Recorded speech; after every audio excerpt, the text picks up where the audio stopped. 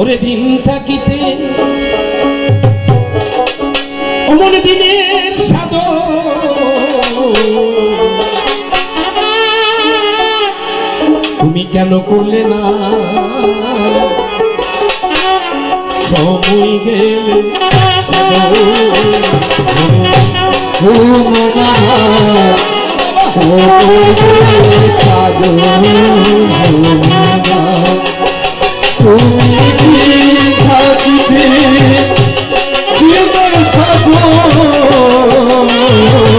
কেন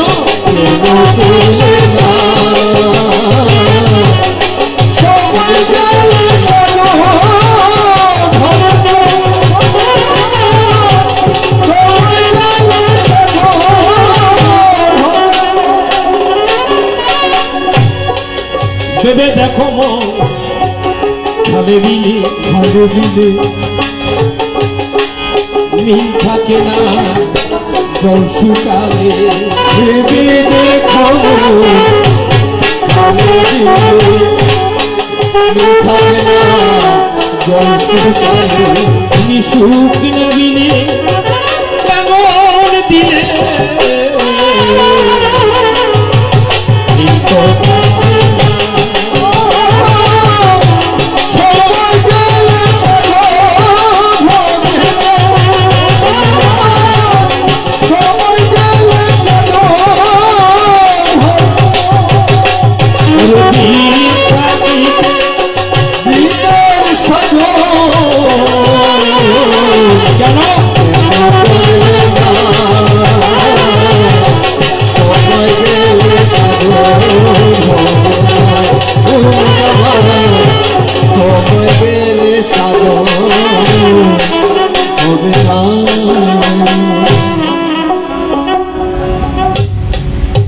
তাহলে প্রথম প্রশ্ন তুমি কি জিজ্ঞাসা করেছো ধর্মরাজ?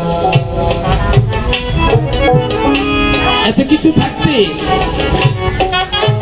কুশির মধ্যে কেন পিণ্ডটা দিল?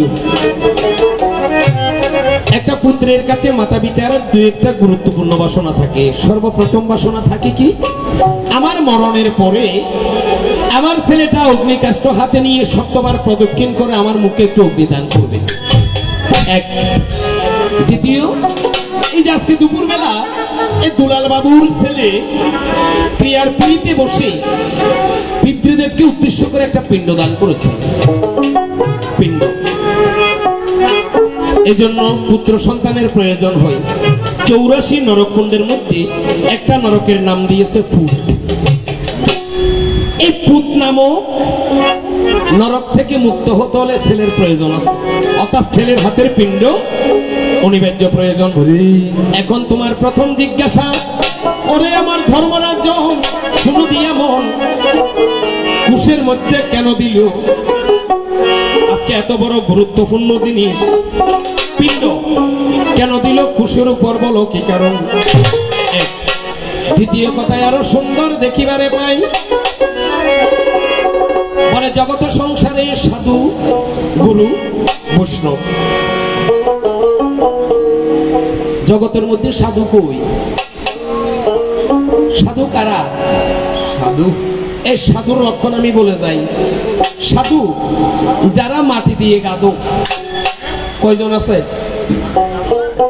এখন সাধুরা দেখি যারা বালা বালা সাবান ব্যবহার করে, অথচ গ্রন্থে বলছে সাধু তারা, সাধু যারা মাটি দিয়ে। তারা বলে পৃথিবীর সাবান কেন আমি ব্যবহার করবো, আমার সৃষ্টিকর্তার দিয়ে এত সাবান পড়ে আছে, লক্ষ লক্ষ বছর কথা হচ্ছে, এক বিন্দু নষ্ট হচ্ছে না। আর যে সাবানের মধ্যে দেখা যায় দুদিন পরে বলে এটার আর কোনো ডেট, এটা ব্যবহার করা যাবে না।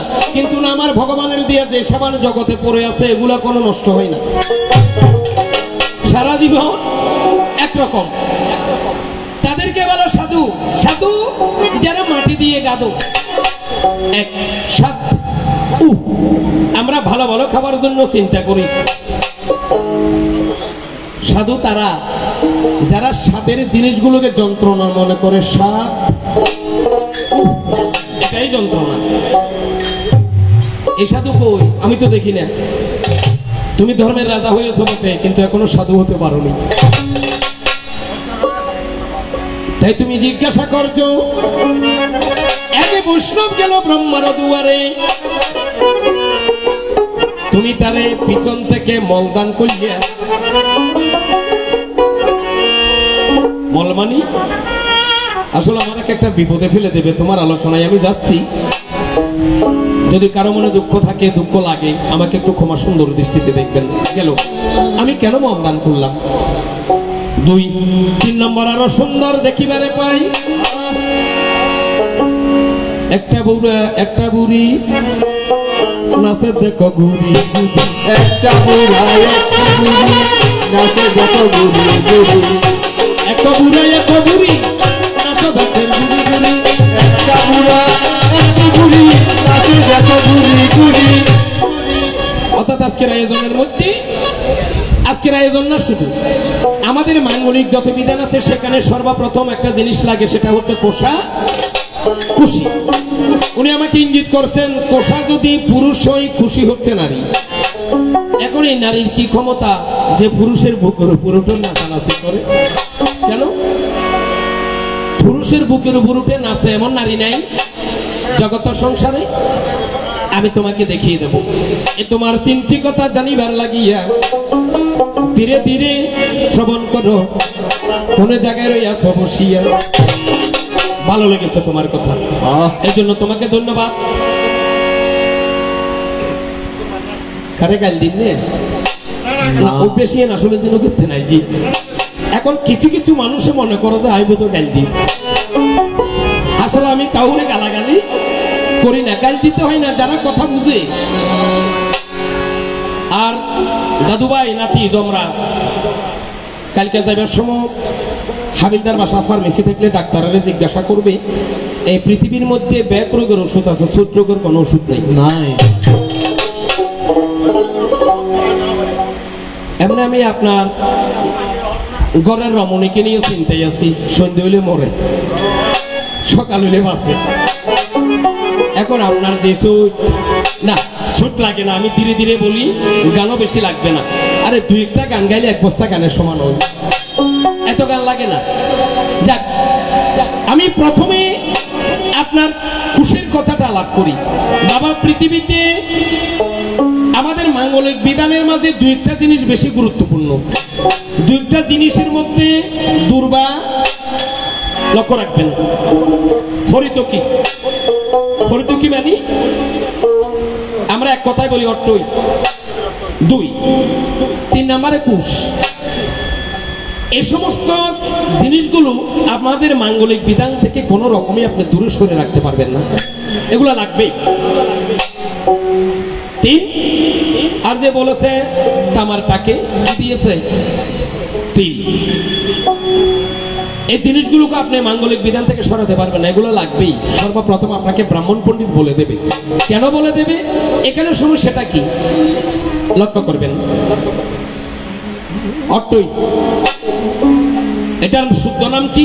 হরি তকি। হরিকে, এই ধর্মরাজ শোনো, আমি তোমার প্রশ্নের দিকে যাচ্ছি। হরিটাকে, হরিটার নাম অনাদিরাদি গোবিন্দ ভগবান শ্রীকৃষ্ণের এক নাম হরি। হরি তকি, হরি শব্দে ভগবান, তক শব্দে সামরা। আবার বুঝেন পরিষ্কার করে, হরি, হরি মানে ভগবান, তক, তক মানে সামরা। শাস্ত্রগত ভাবে দেখিলাম চাখিয়া, হরির ত্বক সিরিয়া পরে মাটিতে। শাস্ত্রে দেখা যায় সে হরির ত্বক মানে চামড়া থেকে একটা বৃক্ষই উঠেছিল, তাহার নাম হরিতকি বৃক্ষ বলে গ্রন্থ মাঝে গায়। সেই গাছে যেই গোটা ধরে শাস্ত্র মাঝে গিয়াছে লিখিয়া, তাহার নাম হরিতকি শাস্ত্রে যাই বলিয়া। হরির দেহ থেকে চামড়া পরে এই হরির ত্বক থেকে গাছ উঠেছিল। এই গাছের মধ্যে যে ফল ধরে, এই ফলের নাম দিয়েছে পণ্ডিত ব্রাহ্মণ বৈষ্ণবেরা। এই ফলের নামটা হচ্ছে হরি তকি, যেটা আমাদের মাঙ্গলিক বিধানে সর্বপ্রথম গরুড় পাখি স্বর্গ থেকে অমৃত নিয়ে এসেছিল। সময় হয়ে গেছে,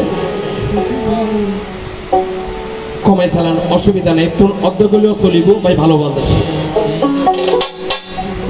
সারা বিশ্বের মধ্যে আজ বিষ্ণুদর কথা বলে মানছি। এখন কালিয়া বাড়িয়া যায় আর আল্লাহ কিরিবে নিয়ে নাম নেয় না যায় না।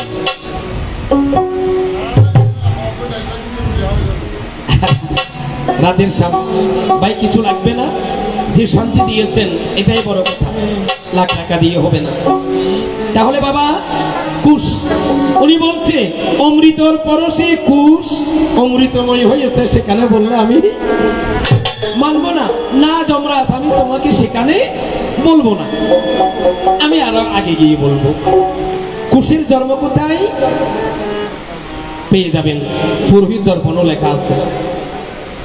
ভগবানের কেশ জড়িয়া যেই গাছের জন্ম হয়েছিল, সেখান থেকে কুশের জন্ম। অনেক জায়গায় অমৃত গাছ বলিয়া শাস্ত্রেতে লিখিল। কুশ সামান্য নয়, কুশকে অনেকে ইচ্ছে করে পাইয়া চটে না, অর্থাৎ পাই ডিঙ্গিয়ে যাবে না, কারণ কুশকে আমাদের প্রণামের যোগ্য একটা জিনিস, যাকে বিয়েতে লাগে, মরলে লাগবে, বিষ্ণু পূজায় লাগবে। আমাদের মাঙ্গলিক যত বিধান আছে সকল বিধানের মধ্যে কুশ ছাড়া হবে না। এখন এই ভগবানের দেহ থেকে আবির্ভূত একটা জিনিস কুশ, এই কুশের উপর পিণ্ড দেব না তো কোন জায়গায় দেবে? তোমার কাছে প্রকাশ করে যায়, কুশকে যখন সাক্ষী করে, আমার ভগবানকে সাক্ষী করা সমান হইল শাস্ত্রে দেখা। তিল, তিলের জন্ম কোথায়? ভগবানের অঙ্গ থেকে বিন্দু বিন্দু তিল তিল ঘাম পড়ে, সেখান থেকে নাকি তিলবৃক্ষের জন্ম হয়েছে। এ কারণে আমাদের মাঙ্গলিক বিধানে যত যত রয়, এসব জিনিস বাদ দিতে পারবে না কোন রেশম। এই ভগবানকে সাক্ষী করা সমান বলে কি করেছে, এত কিছু থাকতেও পিণ্ডটা দিয়েছে কোথায়? কুশের মধ্যে, যাতে করে আমার ভগবানের অঙ্গে পরশিত হয়ে। এ তোমার প্রথম কথা কোথায় গেল মিশে? একটা কথা মনে রাখবে, হ্যাঁ, পিণ্ড দিয়ে তুমি সেখানে একটা টিকা দিয়েছো, জল তোলে তোলে তোলে, কোনই বিয়ে কেন পিণ্ডের উপর জল পড়তে হবে? এমনি জল দিলে কি হইতো না, খালি জল। এই জায়গার মধ্যে আরো বহুত ঘটনা। ব্রাহ্মণে ফলারে কত যে এই পিণ্ডের উদ্যোগ কেন বাতাস করে দিও, কে বাতাস কিনলে পিণ্ডে কি গরম নাকি, তুমি তো ঠান্ডা বরফের মতো। তারপরে পুরোহিত ব্রাহ্মণে কত যে বাবা একটু বাতাস করে দিও। আচ্ছা হুড়ো বাতাস করে দিছে, ব্রাহ্মণে যেমনে যেমনে কর। আচ্ছা এবার গামছা তুন একটা সুতা ছিঁড়িল লইছে, কজানে পিণ্ডের উদ্দি লম্বা করে সুতো এনে শোয়াই দিও। শুধু এনের কি কাজটা করে না জানে? তোমার কাছে আমি প্রকাশ করে যাই, সে জায়গাতে জিজ্ঞাসিলা ধীরে ধীরে তোমার কাছে প্রকাশ করি, মনে দুঃখ নাহি নিবা। ওরে দাদু ভাই, একটা কথা মনে রাখবে দাদু, নিন্দার কথা যদি তোমার নাভি দিল গায়ে, দাদু প্রেমের কি স্বাদ আছে? নিন্দার কথা যদি নাভি দিল গায়ে, প্রেমের কি স্বাদ আছে? প্রেমের কি